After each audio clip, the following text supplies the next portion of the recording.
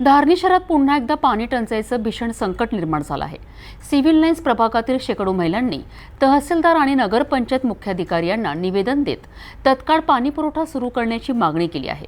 या संकटावर प्रशासनाने काय उपाययोजना केल्या आहेत पाहूया सविस्तर वृत्तात। धारणी शहरातील सिव्हिल लाईन्स प्रभाग क्रमांक 3 मध्ये गेल्या 4 महिन्यांपासून पाणी पुरवठा बंद असल्याने नागरिकांना विशेषतः महिलांना मोठ्या अडचणींचा सामना करावा लागत आहे।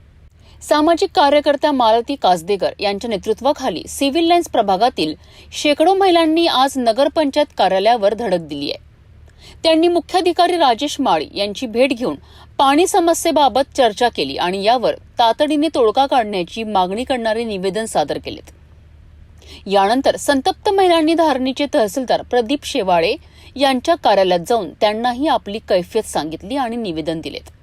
पाणी टंचाईमुळे दैनंदिन जीवनावर होत असलेल्या परिणामांबद्दल महिलांनी प्रशासनाला अवगत केलेत। मुख्याधिकारी राजेश माळी आणि तहसीलदार प्रदीप शेवाळे यांनी महिलांना लवकरच सिव्हिल लाईन्स प्रभाग क्रमांक 3 मध्ये पाण्याची व्यवस्था करण्याचे आश्वासन दिले आहेत। तसेच तात्पुरती व्यवस्था म्हणून रोज टँकरने पाणी पुरवठा करण्यात येईल असेही त्यांनी सांगितले आहे। प्रशासनाच्या या आश्वासनानंतर नागरिकांना काहीसा दिलासा मिळाला असला तरी कायमस्वरूपी तोडग्याची अपेक्षा कायम आहे। धारणी शहरातील पाणी टंचाईचा प्रश्न गंभीर असून प्रशासनाने दिलेल्या आश्वासनांची अंमलबजावणी किती लवकर होते हे पाहणं महत्त्वाचं ठरलेलं आहे। नागरिकांची पाण्याची समस्या लवकरात लवकर दूर व्हावी हीच अपेक्षा आहे।